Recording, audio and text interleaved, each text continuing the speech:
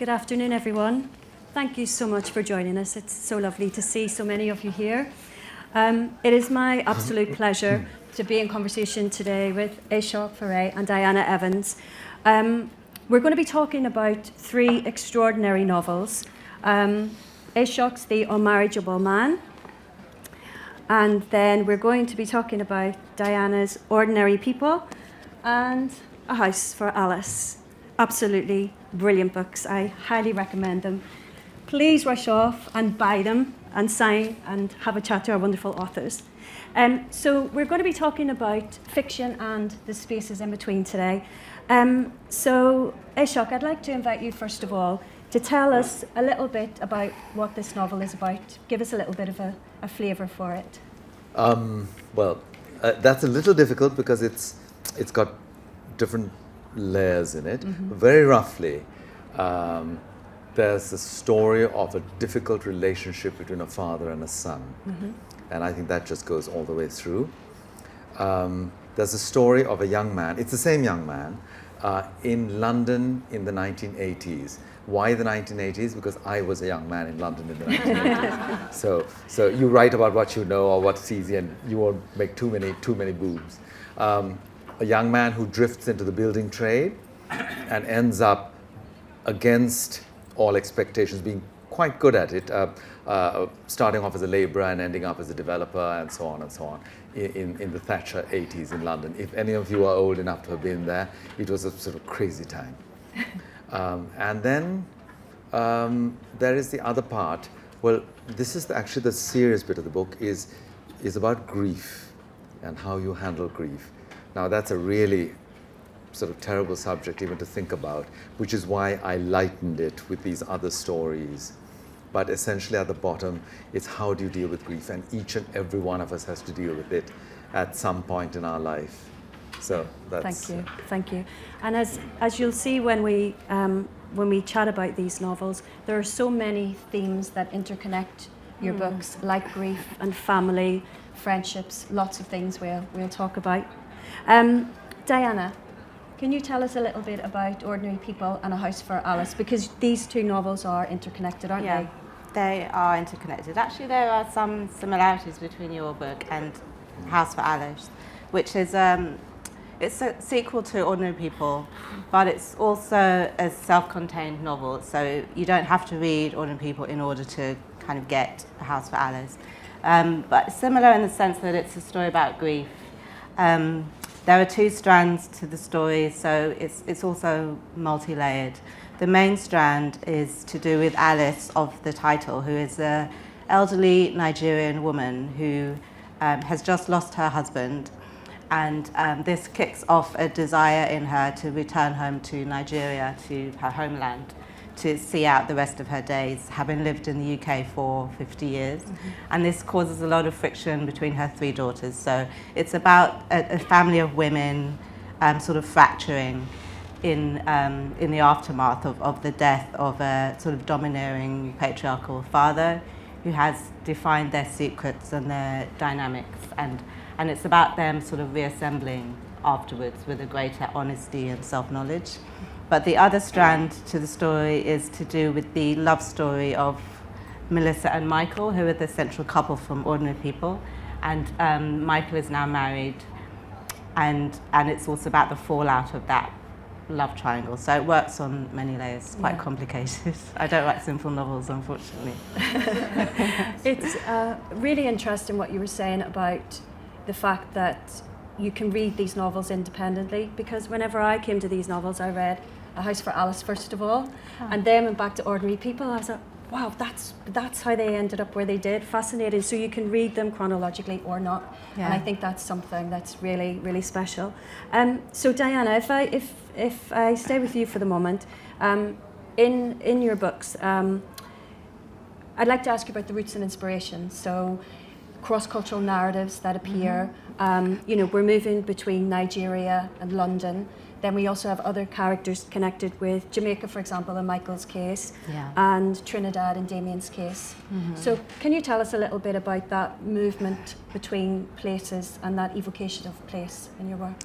Yeah, essentially, the main project of these books is trying to create an accurate portrait of the lives of Black British people, Black British Londoners in particular, the kinds of communities, families, people that I know and that I don't see reflected enough in our literature. So, and yeah, they tend to be based in London, but you know, within that Black British story, there is obvious connections with the Caribbean and with Africa. So those other settings sort of emerge naturally in the story.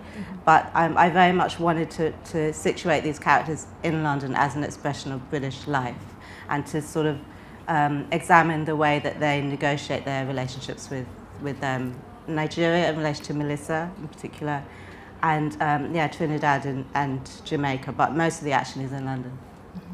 And Ashok, so in your book, we're moving between Sri Lanka and London, but like Diana's, the story is primarily rooted in London. So I wondered if you could tell us a little bit about those sort of cross-cultural narratives for you. Well, I came to school here at the age of 11, but it was a very sheltered and kind of a strange life. It was a boarding school. It was a Benedictine monastery. Wow. And the nearest village was 2.5 miles away. The nearest town was 7 miles away. So it was a very cloistered life. And then I end up I went to university, Oxford, ended up with a maths degree, which it didn't equip me to do anything, frankly, apart from being a teacher. And I already knew that I had been a teacher in my gap year in Nigeria. And I was a terrible teacher. So I knew this is certainly not going to work for me. So I drifted into the building game. And as I said, in the 80s, every street in Brixton, where I ended up, had a building site. So if you didn't like one, you ended up in another. And at the end of the day, you got paid cash in the hand. And if you didn't like that one, you went on to another. And you just wandered around if you wanted to. So that's one side. Now, I don't think any of us who lived through it realized how extraordinary those 10 years were. They were truly extraordinary, and I don't think in the annals of British history you're going to get that kind of conflagration, for want of a better word. Subsequently, it may take another 100 years to. It was mad. Whatever your politics are, it was a mad time. I pitted that against a Colombo which no longer exists, I'm sad to say. It was the Colombo of my childhood, which was beautiful. It was evocative of so many different things. It was a very small town. It's not the big sort of thing that you see today with skyscrapers and nobody knows each other. Then you walked into any restaurant, any hotel, and you knew more. Because people in Sri Lanka are very connected anyway.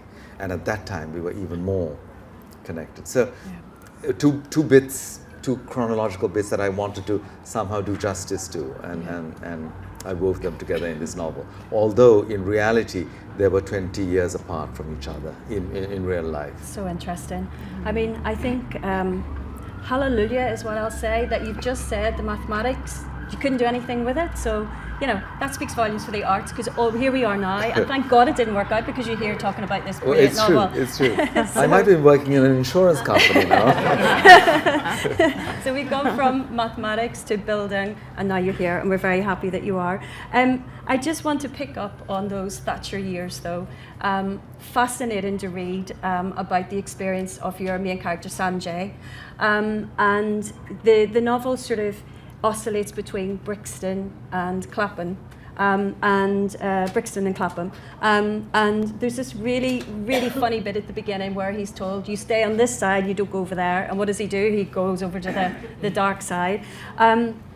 So, I mean, in terms of your experiences, obviously, as you said, there was a lot of building work going on there as well. Were you living in that environment, in that area, during that whole period? Absolutely, Yeah. absolutely. And I was living on those building sites. So I think I had like about 2 pieces of furniture and a sleeping bag, and I'd move from building site to building site.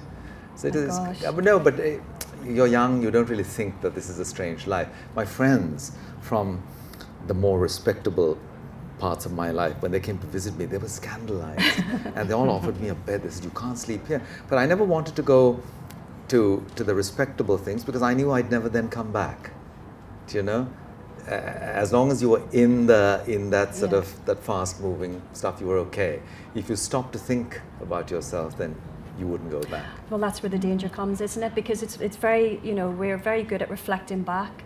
And when we're living a particular moment, we're just going through it, we're accepting it for what it is. But it's only now when we look back on those years and think, oh my gosh, how did I do it? How did I actually get through all of that? Diana, in your books, we have, starting with Ordinary People, you have the backdrop of Obama's historic election in 2008, but you also have this incredible looming presence of the Crystal Palace fire back in 1936. And then when we move to House for Alice, we have the backdrop of the horrific Grenfell Tower tragedy, and all of that turbulence that we experienced in 2017. I hate to remind you, but you know, the multiple terrorist attacks, the triggering of Article 50, that was all going on in 2017. And so I just wondered why for you it was that time frame and context, why those periods of time for both of these novels?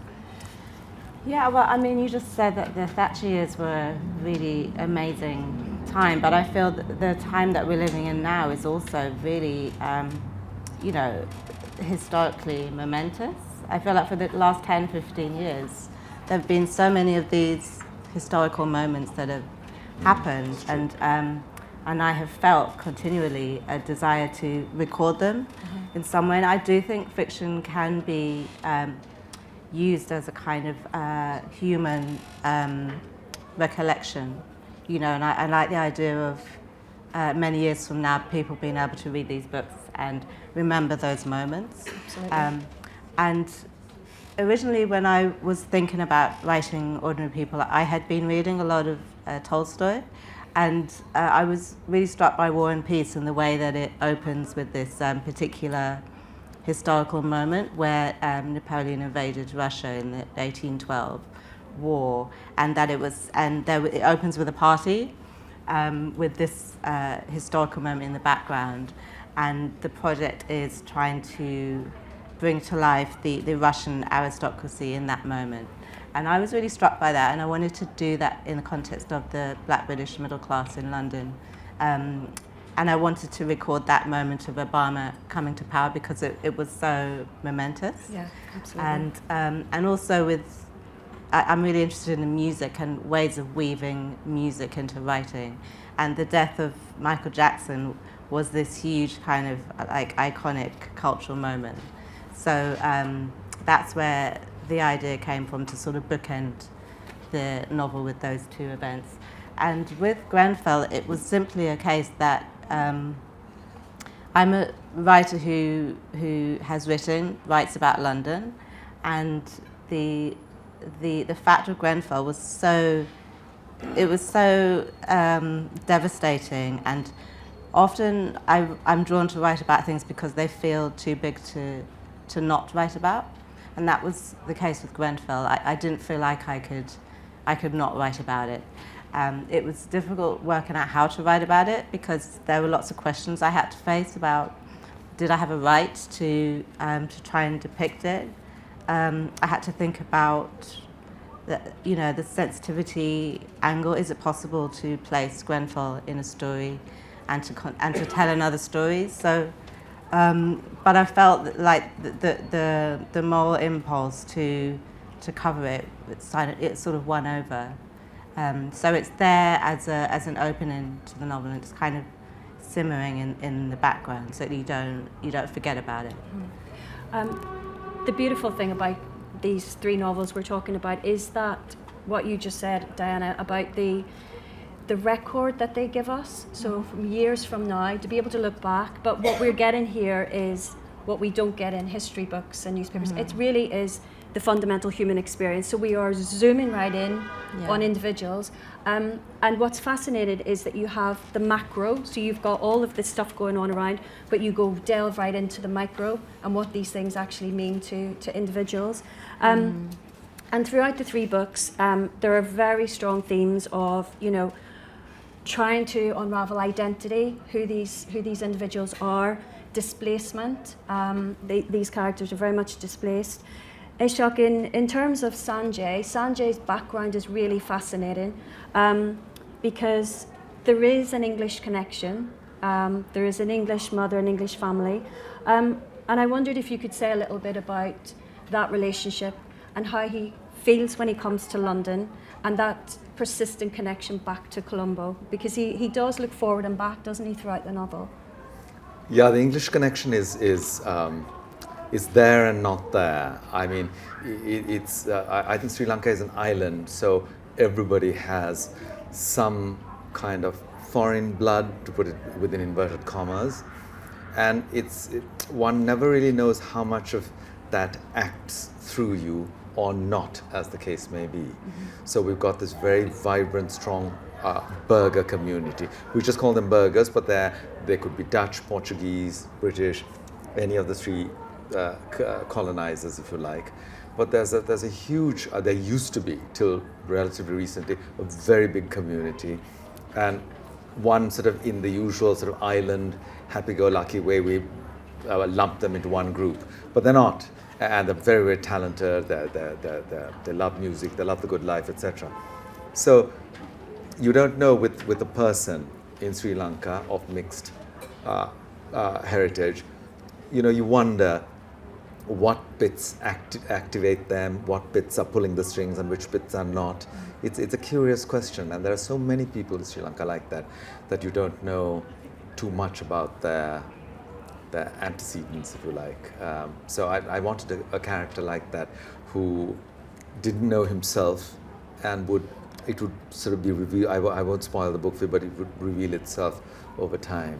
Yeah, certainly he's made up of many different sort of parts. There are many different parts of his identity, but as you said, it's also that experience of London is also about working out, trying to kind of piece together all of these different parts of himself. Yeah. Diana, in A House for Alice, you mentioned at the beginning about Alice has been in Britain for 50 years, and she is longing to return to her home in Nigeria, and she never feels her full self in Britain,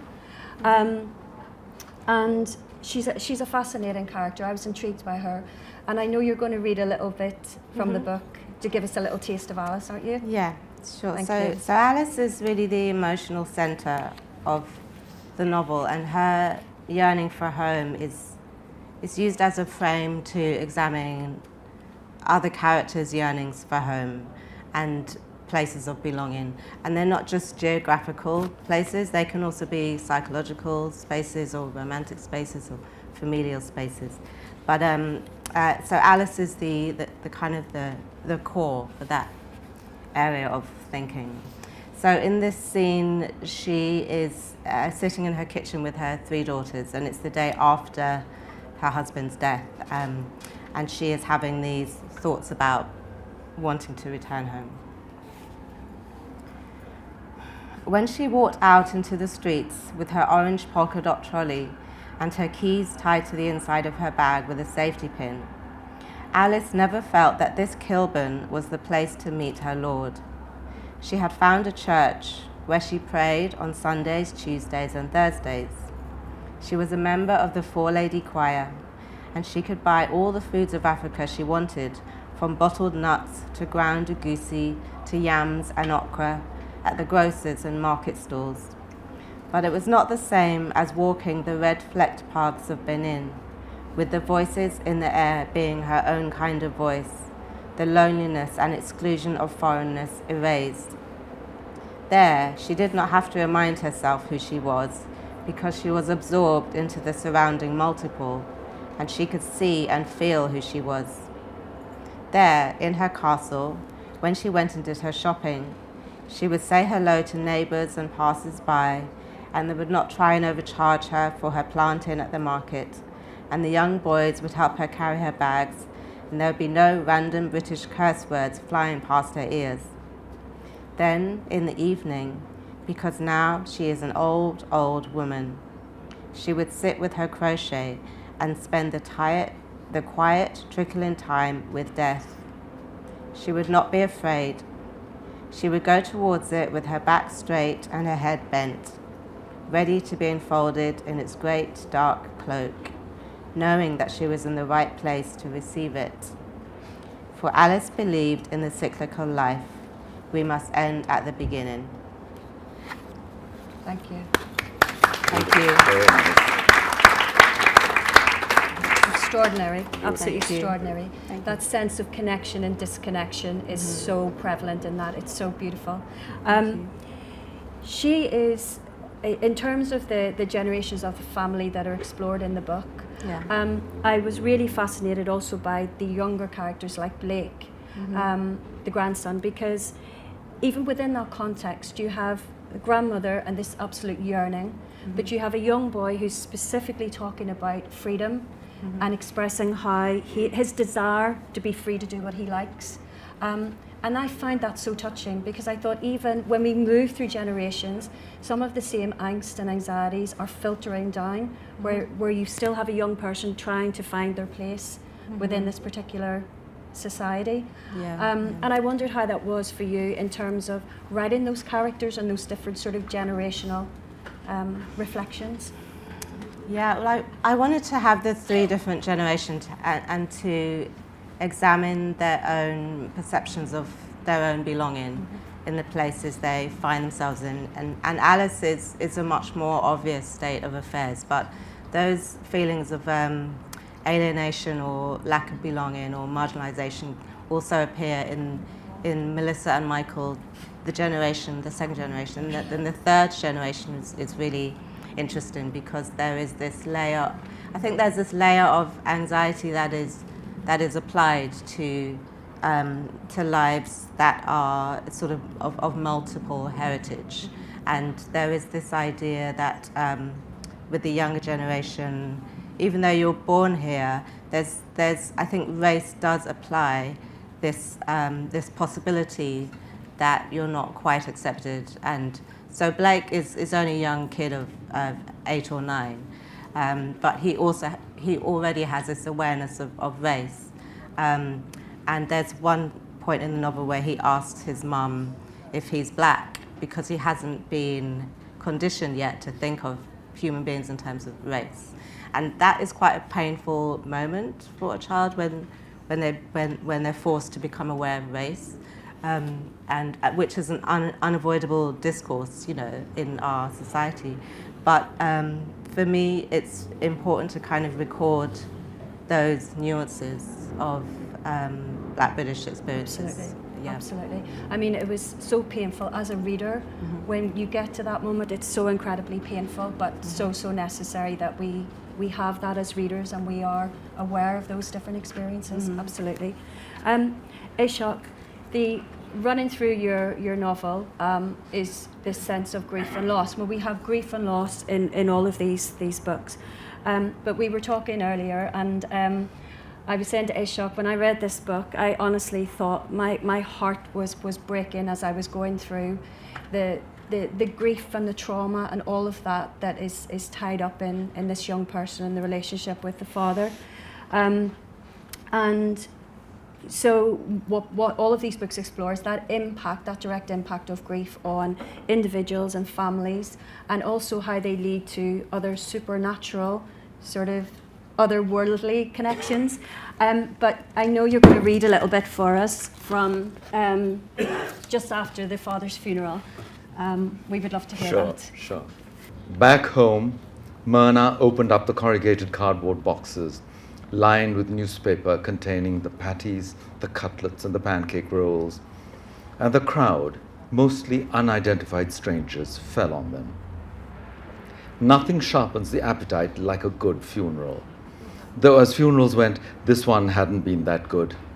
No politicians in white sarongs, no lawyers in dandruff black coats, shiny with grease and rapaciousness, no Boy Scouts, no plump white actress wiping away a practiced tear from a mascaraed eye. My father hadn't known anyone prominent or rich, had not cared to.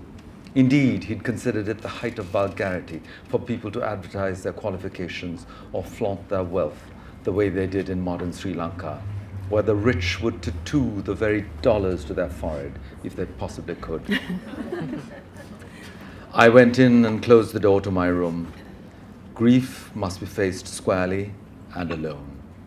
A thin line of uncertain, wavering brilliance at the top of the mellow brickwork, there for one brief moment, then gone, leaving behind only the blank page of an unreadable sky.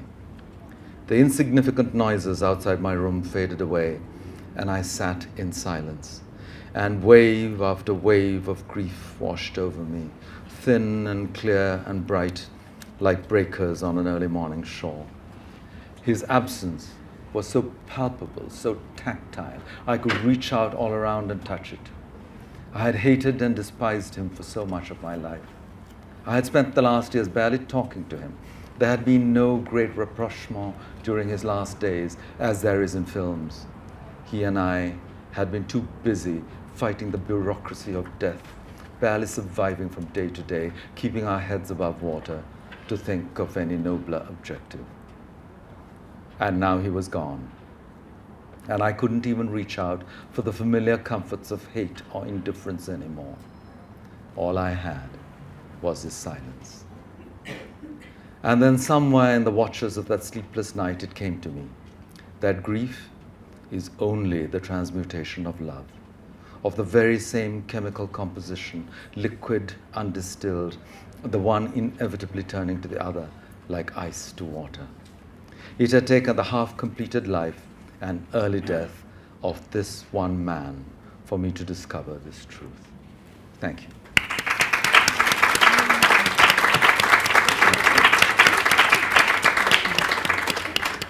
I love that passage. It's just so beautiful. Grief is the transmutation of love. It's just beautiful. And what I think it also does for us as readers is it gives us that real sense of the combination of the real tragedy and grief here, but the humour which perpetuates the book as well. And we will come to that in relation to both of your books.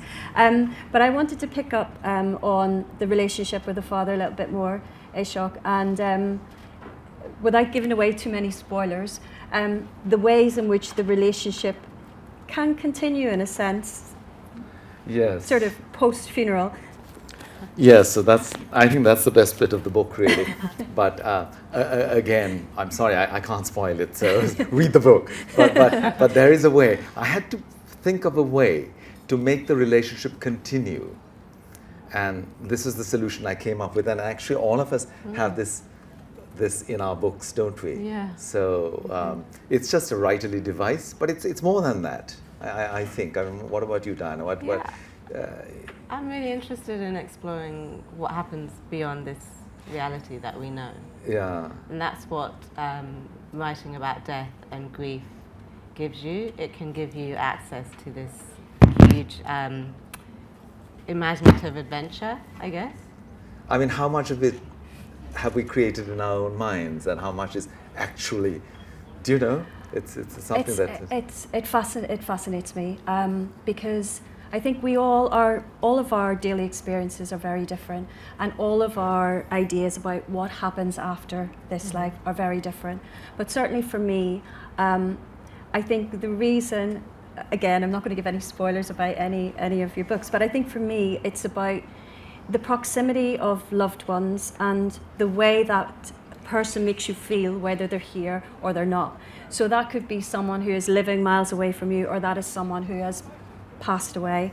But for me, nothing can take away, whether that's through memories or through writing or through talking about them, nothing can take that away. And there's something very special about the proximity and how we kind of interpret that and I suppose reflect on it as individuals and as writers, and I'll not say anything more about that.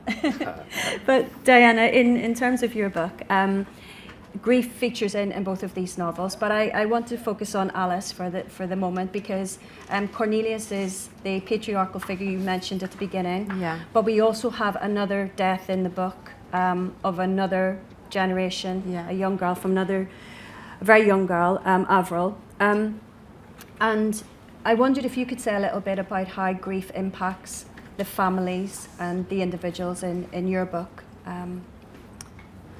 I think what interests me about grief is the way that people continue beyond death, you know, because people are made up of memory and perceptions of them by other people, and they continue, you know, when somebody's not here anymore, they're still alive, you know, in their history and in the knowledge that people have of them. And I think as a writer, it's a real opportunity to explore kind of extreme states of mind and states of being. And I think characters are often at their most interesting when they're in some level of extremity, emotional extremity. And it's also, grief is also a way of accessing the supernatural, which I'm really interested in that sort of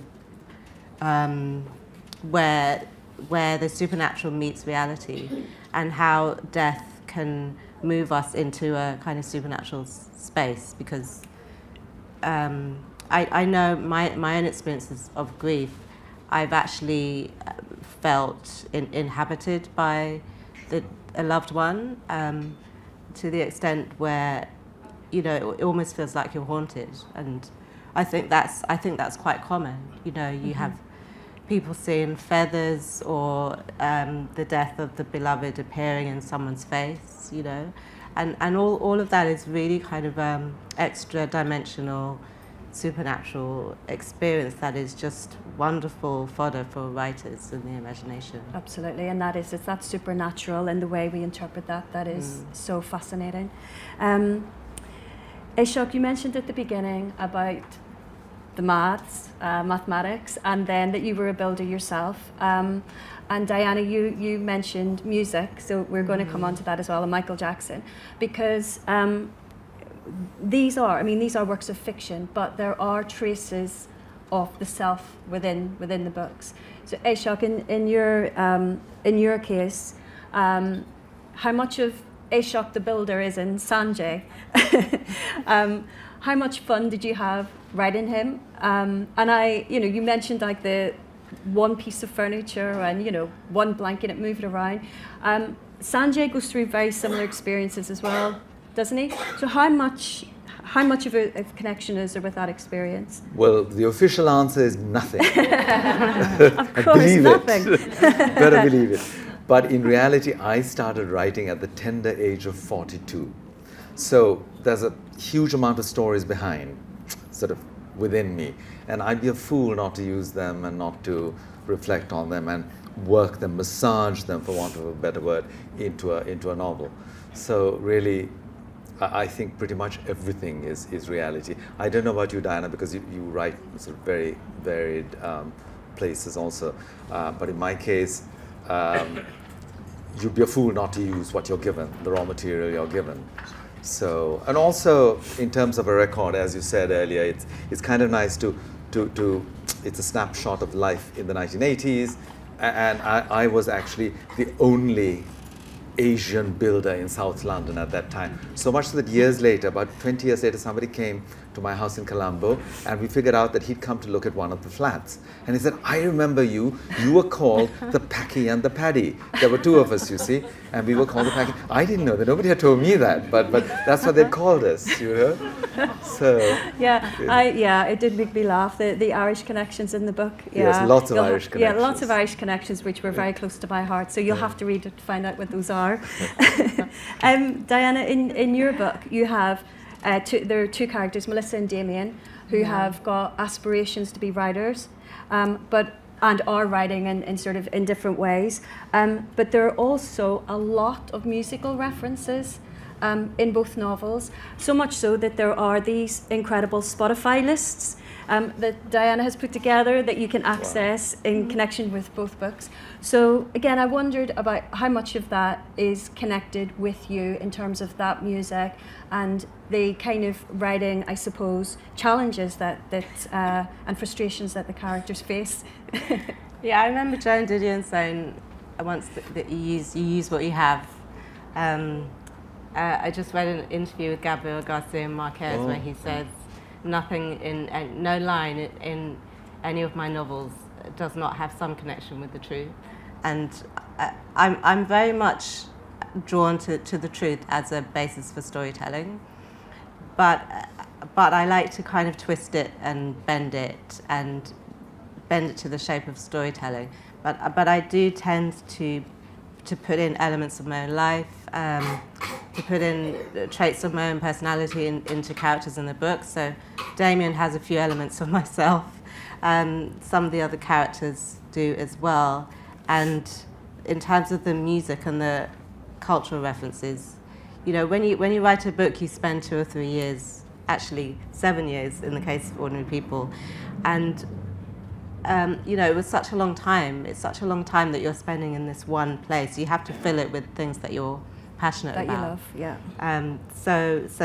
So the music kind of appeared in the book as I was writing. I was writing this chapter where it was an experiment, really, to see if I could write an album review of John Legend's first album, which is an amazing R&B album, and a history of a relationship and a bus journey through London. And I wanted to see if I could do that in one chapter, if I could do those 3 elements in one chapter. So it was an experiment.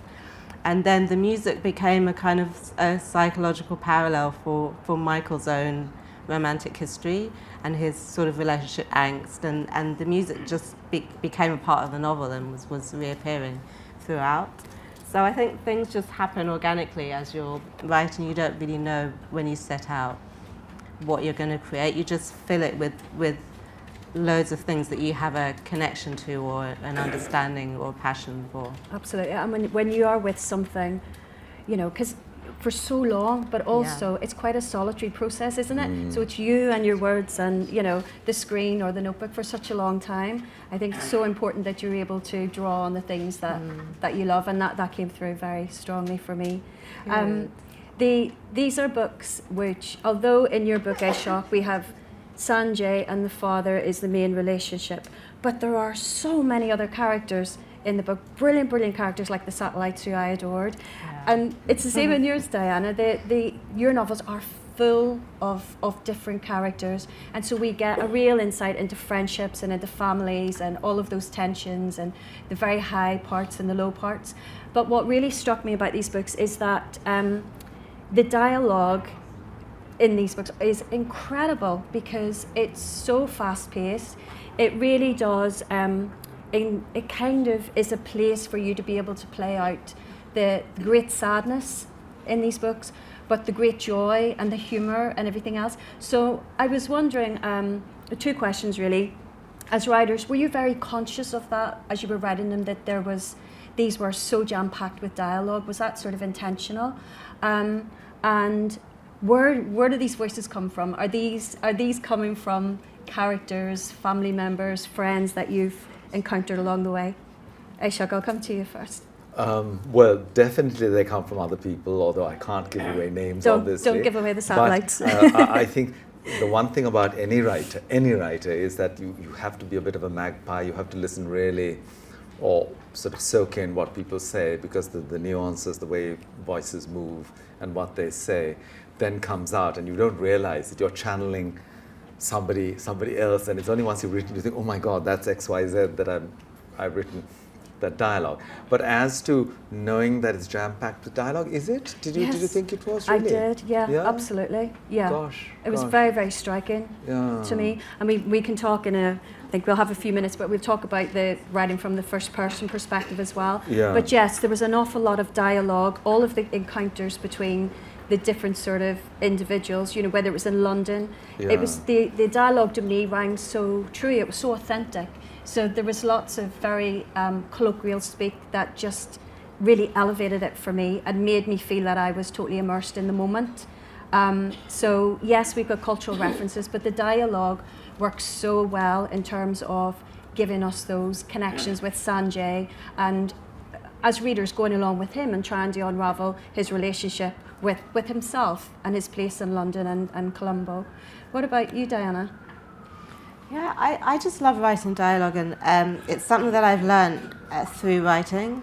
Like when I first started writing, I was quite scared of dialogue, and I didn't really know how to do it.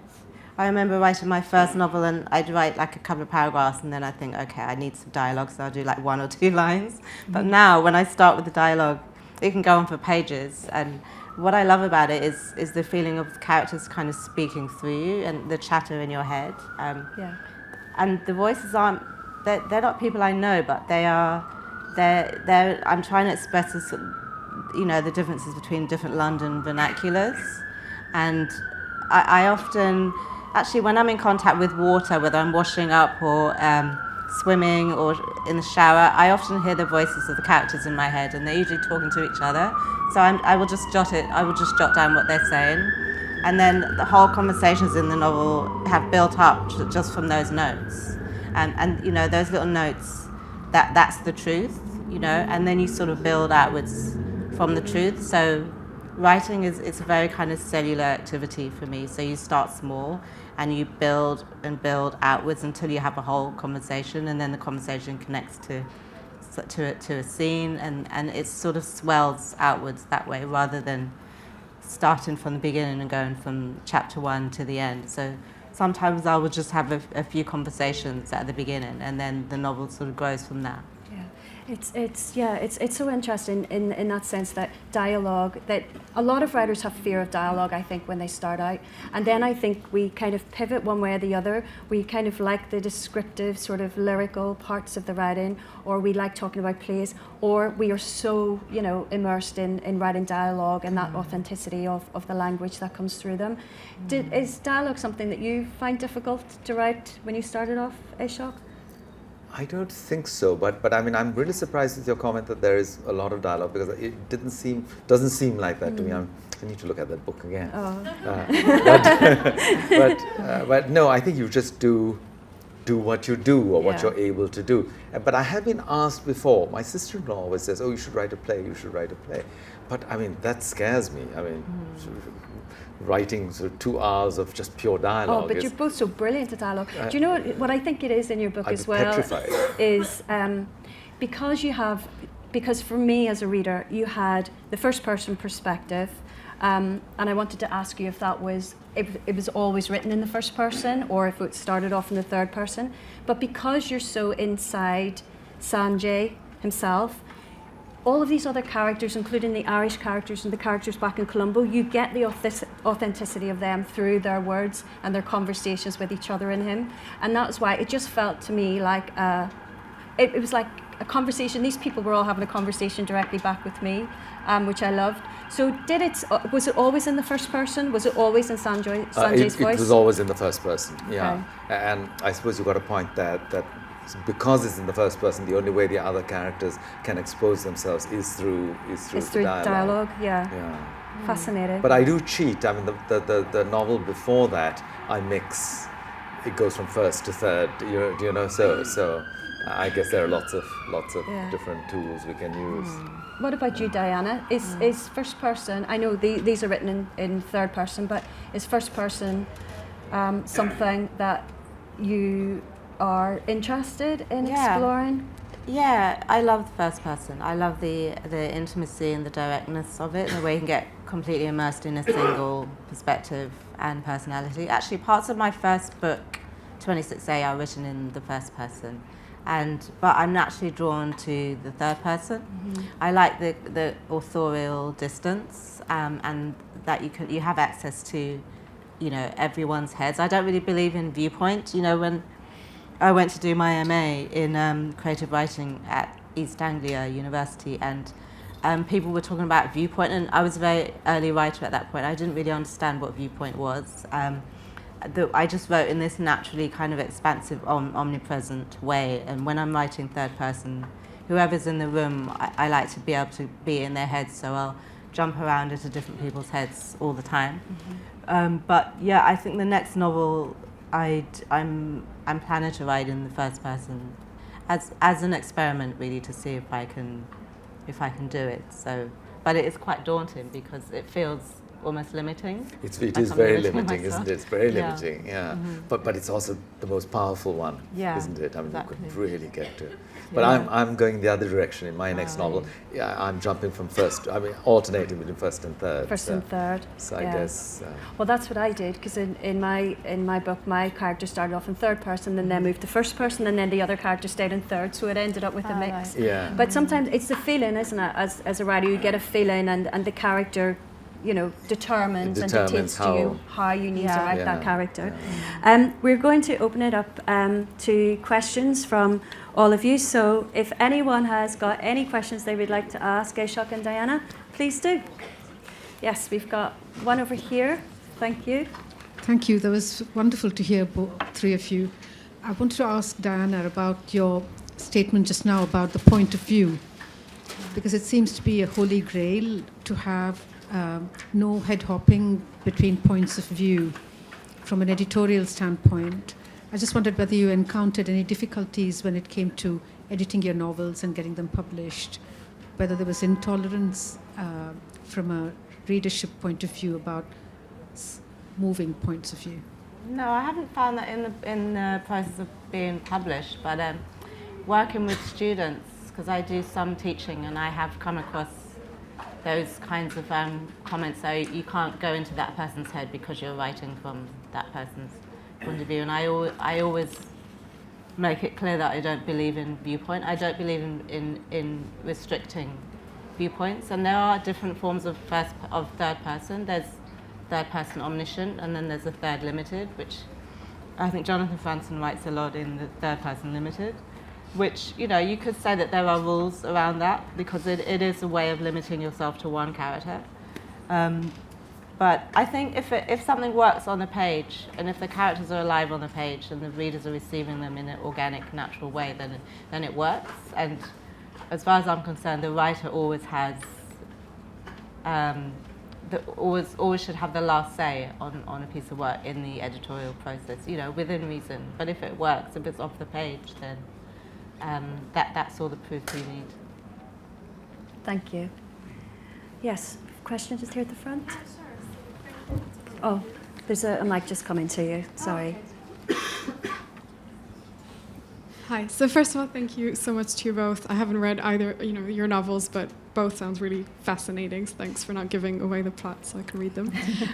My question is for you, Diana, as well. And I'm sorry if this is a question you get all the time, but you've spoken about representing characters that are familiar to us personally, but that aren't usually represented in fiction or literature. And you mentioned the nuance of that multi-generational identity spanning different backgrounds and areas. But in your view, what makes Black British stories or narratives or novels different?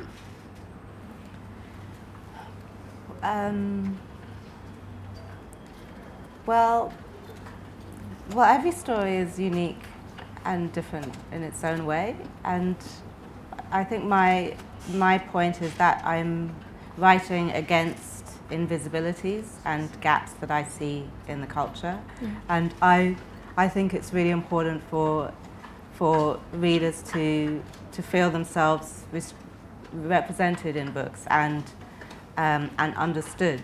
Importantly, in a sense, I see literature as a place where you can feel a sense of belonging, where you can feel that you're understood or that you're seen. That's really important. So I guess it's writing the particularities of Black British experiences is what's the point, and writing it with a sense of psychological exactness, and it should be really specific, and it should be rich in detail and beautifully made, and so that it can be read by lots of different readers. It's universal stories, but it's written from a particular site of invisibility. That's the point for me. Thank you. Thank you for your question. Ashok, can I just pick up on that point about invisibility and belonging in relation to your book and Sanjay? Were those things that were important to you in terms of how you put, that the book was developed? Yeah, hugely important. I think with all of us who are dodgy to a certain extent in the way we're perceived by other people. It is important to figure out, and that propels us forward in our Absolutely. writing. It's the uniqueness of that story, Yeah. isn't it? And sharing that with others. Yeah. Thank you. Have we got any other questions? Yeah, at the back. Thank you. Hi there. I was really struck by what you said, Diana, with regards to kind of reconciling that feeling of talking about events like the Grenfell victims. And I guess this is a question to both of you, because you both touch upon these family relations within stories. How do you reconcile that kind of borrowed story and portraying just one lens maybe of what's happened? Like, how do you feel about kind of appropriating that story and then pushing that out if there might be some sort of contrary viewpoint to how that same event occurred? Sorry, I don't quite understand the question. Yeah, I know, I wasn't. So, I mean, you're talking about a story maybe that's not completely yours, right? It Yes. can belong to multiple people. But Yeah. how do you reconcile with that feeling of maybe presenting just one lens of something? How do you feel confident enough to present that story? Yeah, okay. Yeah, I think for me, it's about choosing the right position that I'm offering the story from.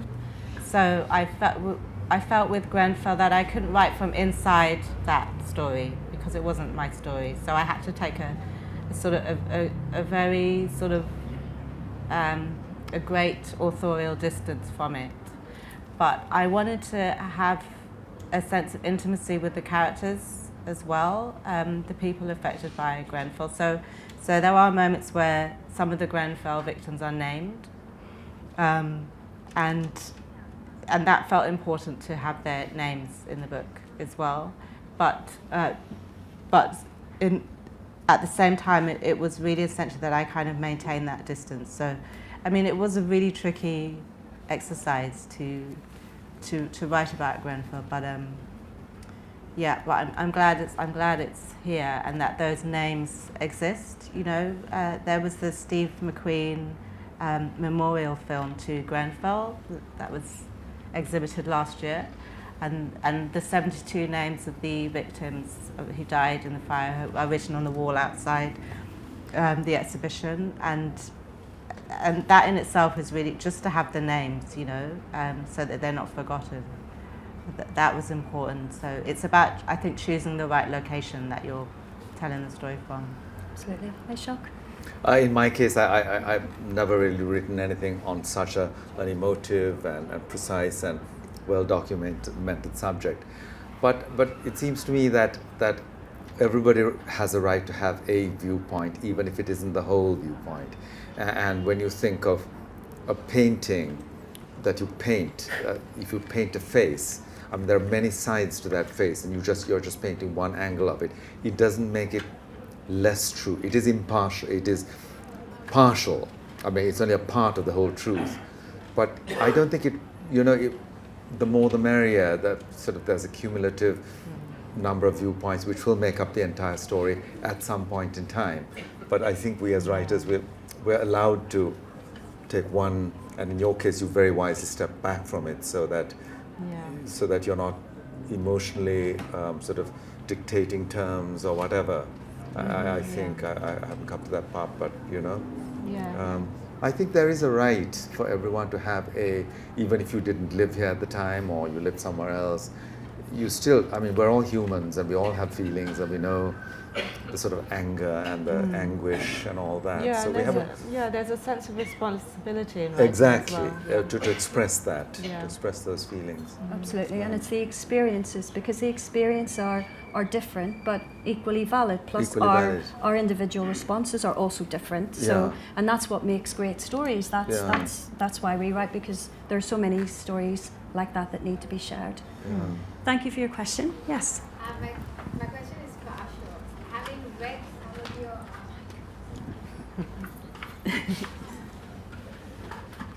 having read quite a few of your books, I find humor seeped in most of them. And in some, they are used as critique, sometimes they're critique, sometimes it's deflection, and sometimes there's even an introspection into a situation which that you are discussing. I want to ask you, do you consciously intend humor to have certain functions when you write? Or is it that it comes in organically in the process of you expressing? Yeah, when I first started writing, I was my very first book, Call Me to People. It was a deadly serious book. When it came out, it was something of a sleeper hit, and I had people stopping me on the road and say, "Oh gosh, I laughed and laughed and laughed through the book." And I say, I look at them and think, "You laughed at my book," And ever since then, now, sort of 6 books later, you think, "Oh, well, get on with it." The humor will creep in whether you like it or not. But there is also this: I'm a huge coward.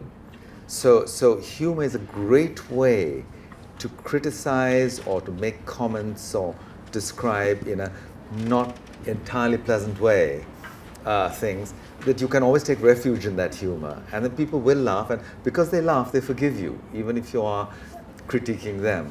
So it's quite powerful, really. One is lucky to have it, because it's actually very difficult to write humor. I don't know whether you find that, but it's not something that everyone has, that ability to write humor.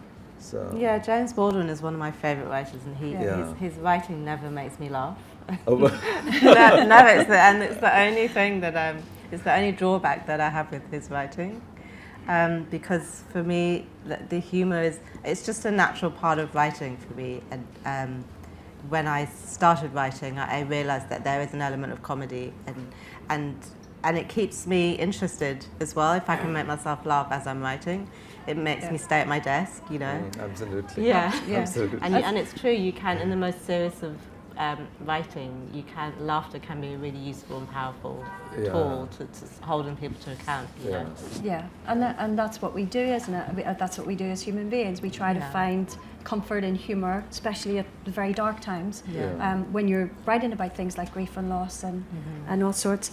I think we have time for one more question, potentially. I think there was one on this side. No? Oh, we've one at the back. Thank you. Hi, yeah, thanks to both of you. Super interesting conversation. My question is for Ashok.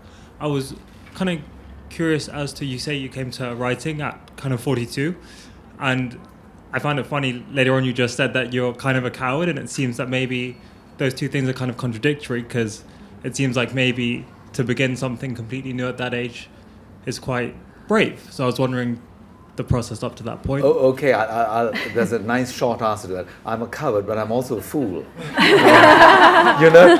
Because you attempt things where angels fear to tread. You think, well, I can do this, and it was the same in the building. I have to tell you, I was working on these conversions, and I saw I was just a labourer. I saw what was being done. Just one wall down the middle, and you have 2 flats, twice the money. And you think, well, I can do this, and so it goes on. So it's the same with the writing. I think it just came out, but you have to be slightly foolish, because if you're in any way clever, you'll say, I can't do this. Hang on a minute. I haven't been to a creative writing course. I haven't done this. I haven't done that. I barely got English A-level after doing it for 1 year. That was all because maths was my subject. But if you're foolish enough, quite often it helps. It works against all odds. Take the compliment, Ashok. Courage too. Courage for the writer. Please read and buy these brilliant books. They are fantastic, and you will love them as much as I did. Can we have a big round of applause, and thank you to Ashok very much. Very good.